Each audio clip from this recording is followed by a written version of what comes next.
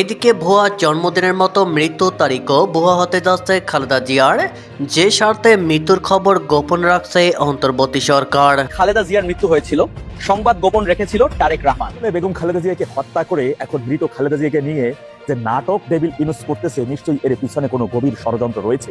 মারা গেছেন খালেদা জিয়া, এমন খবর জানাজানি হলে বিএনপি রাজনীতিতে তারেক জিয়া অস্তিত্ব সংকটে পড়বে। তাই তারেক জিয়ার কঠোর নির্দেশের কারণে বিষয়টি নিয়ে এখনো মুখ খুলছে না বিএনপির কেন্দ্রীয়। এদিকে জামায়াতকে ভোট না দিলে পিঠের চামড়া থাকবে না, ভোটারকে হুমকি দিচ্ছেন প্রার্থীরা। তাহলে আপনার কি মনে হয় খালেদা জিয়া এখন এই মুহূর্তে জীবিত নেই? আমার বিশ্বাস জীবিত না। এবং সরকার কেন এই ডিক্লারেশনে দেরি করছে? ভিতরে উদ্দেশ্য যদি আপনি ব্যাখ্যা করার চেষ্টা করেছেন, যদি একবার বলেন।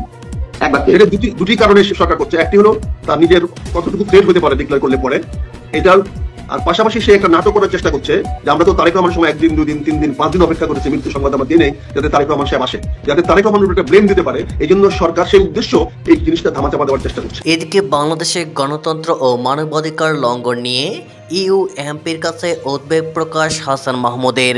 কাতার এবং চিকিৎসক মন্ডলী তারা যখন দেখেছেন খালেদা জিয়াকে আসলে নিয়ে যাওয়ার উপায় নাই বা রওনা করে দেওয়ার কোনো উপায় নাই লন্ডনে, তখন কাতারের এয়ার অ্যাম্বুলেন্স আসা বিলম্বিত হয়েছে। কারণ এগুলোর তো একটা নিয়ম কানুন আছে। মানে খালেদা জিয়া একেবারে শয্যাশায়ী বটে, তিনি হয়তো বা ভেন্টিলেশনে লাইফ সাপোর্টে আছেন বটে, কিন্তু তাকে তো একটা ইমিগ্রেশন পার হয়ে নিয়ম কানুনের মধ্য দিয়ে এক দেশ থেকে আরেক দেশে রওনা হতে হবে। বাংলাদেশে হয়তো তাকে কেউ আটকাবে না, তিনি যেই শারীরিক অবস্থাতেই যে কোনো বিমানে উঠুন না কেন, কিন্তু যেই দেশে তিনি ঢুকতে যাবেন সেই দেশের যেমন একটা দায়িত্ব আছে, ঠিক তেমনি যারা তাকে পরিবহন করবেন তাদের তো দায়িত্ব আছে। এদিকে ভুয়া জন্মদিনের মতো মৃত্যুর তারিখও ভুয়া হতে যাচ্ছে খালেদা জিয়ার, যে স্বার্থে মৃত্যুর খবর গোপন করছে অন্তর্বর্তী সরকার।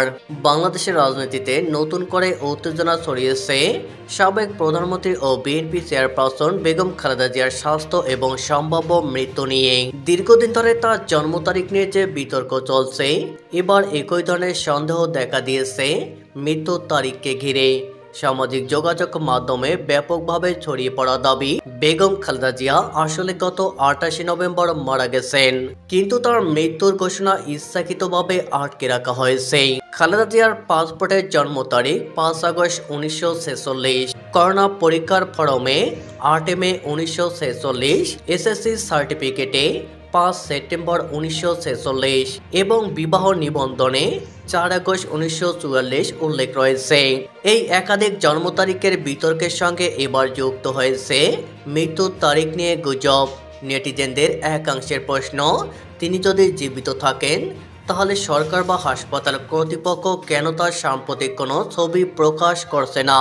অনেকে এটিকে অন্তর্বর্তী সরকারের প্রধান উপদেষ্টা ডক্টর মোহাম্মদ ইউনূসের দীর্ঘমেয়াদী ক্ষমতায় থাকার মাস্টার প্ল্যান হিসাবে দেখছেন। সূত্রের দাবি, বেগম খালেদা জিয়াকে লন্ডনে নিয়ে যাওয়ার যে পরিকল্পনা প্রকাশ করা হয়েছে তার পিছনে ভিন্ন উদ্দেশ্য রয়েছে। আজ সকালে খালেদা জিয়ার বড় ছেলে তারেক রহমানের স্ত্রী জুবাইদা রহমান ঢাকায় এসেছেন। তিনি কাতার আমির প্রদত্ত এয়ার অ্যাম্বুলেন্সে খালেদা জিয়াকে লন্ডনে নিয়ে যাওয়ার প্রস্তুতি দেখভাল করছেন, কিন্তু ইমিগ্রেশন সূত্র জানিয়েছে জুবাইদা রহমানের রিটার্ন টিকিট 20 ডিসেম্বর।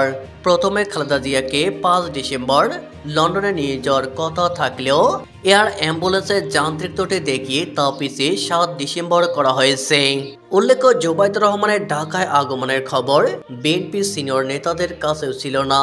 গতকাল বিএনপির মহাসচিব মির্জা ফখরুল ইসলাম আলমগীরকে এ বিষয়ে প্রশ্ন করলে তিনি স্পষ্ট উত্তর দিতে পারেননি এবং রেগে সংবাদ সম্মেলন ত্যাগ করে চলে যান। রাজনৈতিক বিশেষজ্ঞরা বলছেন, জন্ম তারিখের মতো মৃত্যুর তারিখও নিয়ে যদি এই ধরনের অস্পষ্টতা তৈরি হয় তাহলে তা দেশের রাজনীতিতে গভীর সংকট সৃষ্টি করবে।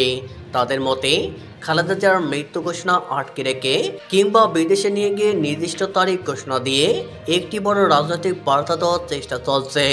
কেউ কেউ মনে করছেন বিজয় দিবস বা অন্য কোনো জাতীয় দিবসের সঙ্গে মিলিয়ে এই ঘোষণা দেওয়া হতে পারে, যেমনটি এক সময় 15 আগস্টকে জন্ম তারিখ বানিয়ে শোক দিবসকে ম্লান করার চেষ্টা করা হয়েছিল।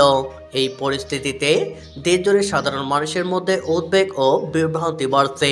খালেদা জিয়ার প্রকৃত স্বাস্থ্যের অবস্থা এবং তার জীবন মৃত্যুর বিষয়ে স্বচ্ছ তথ্য না দেওয়া হলে রাজনৈতিক অস্থিরতা আরও বাড়বে বলে আশঙ্কা করা হচ্ছে।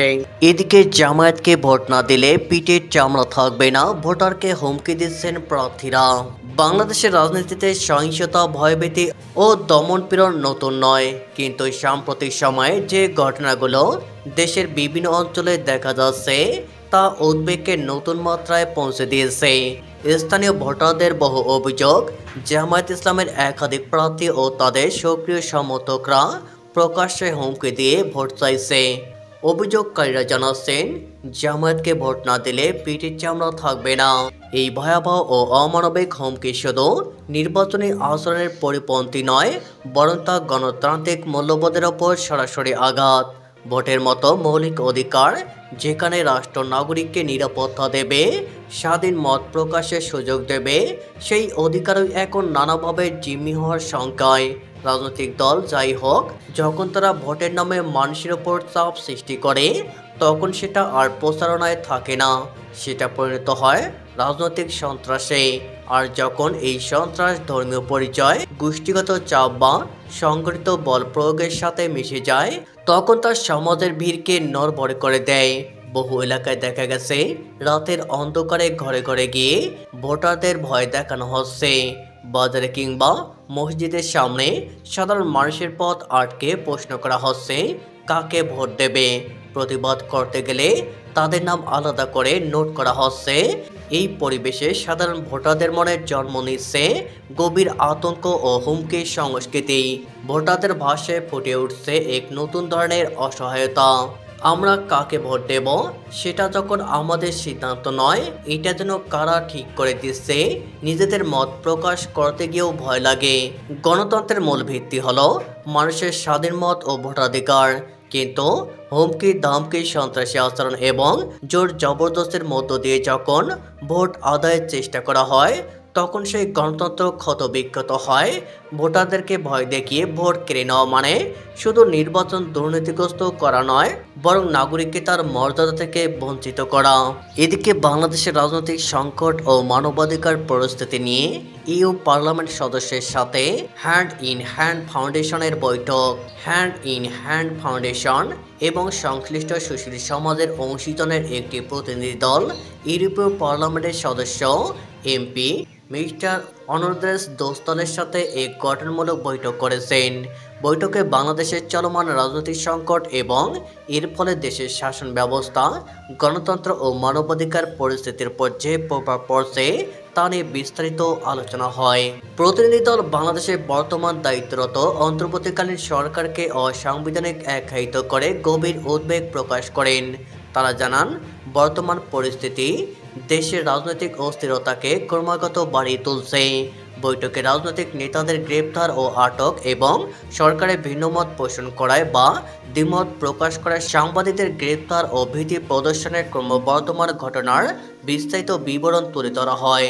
আলোচনায় মানবাধিকার লঙ্ঘনের বিভিন্ন ধরন, বিশেষ করে বেআইনি আটক, মত প্রকাশের স্বাধীনতা দমন, শান্তিপূর্ণ সমাবেশে বাধা এবং সুশীল সমাজের কর্মীদের ভয়ভীতি প্রদর্শনের বিষয়গুলো উঠে আসে। এছাড়া রাজনৈতিক ও সামাজিক পরিমণ্ডলে চরমপন্থা ও বিদ্বেষমূলক বক্তব্যের উত্থানকে একটি বড় ঝুঁকি হিসাবে চিহ্নিত করা হয়, যা সাধারণ মানুষের মধ্যে নিরাপত্তাহীনতা, মেরুকরণ এবং ভীতি সৃষ্টি করে। বৈঠকে সংখ্যালঘু সম্প্রদায়ের পরিস্থিতির উপর বিশেষ গুরুত্ব আরোপ করা হয়। প্রতিনিধি দল উল্লেখ করে যে প্রাতিষ্ঠানিক সুরক্ষা ব্যবস্থা দুর্বল হয়ে পড়ায় এবং লক্ষ্যবস্তু বানিয়ে হুমকি ও বৈষম্যের কারণে সংখ্যালঘুরা বর্তমান চরম ঝুঁকিতে রয়েছে।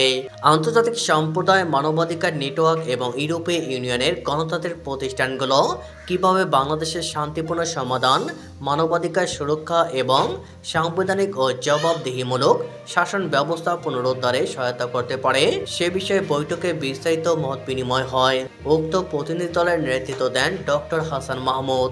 এতে আরও উপস্থিত ছিলেন হ্যান্ড ইন হ্যান্ড ফাউন্ডেশনের মহাসচিব জনাব AFM গোলাম জিলানী এবং মানবাধিকার ও গণতান্ত্রিক শাসন নিয়ে কাজ করা অন্যান্য প্রতিনিধিরা।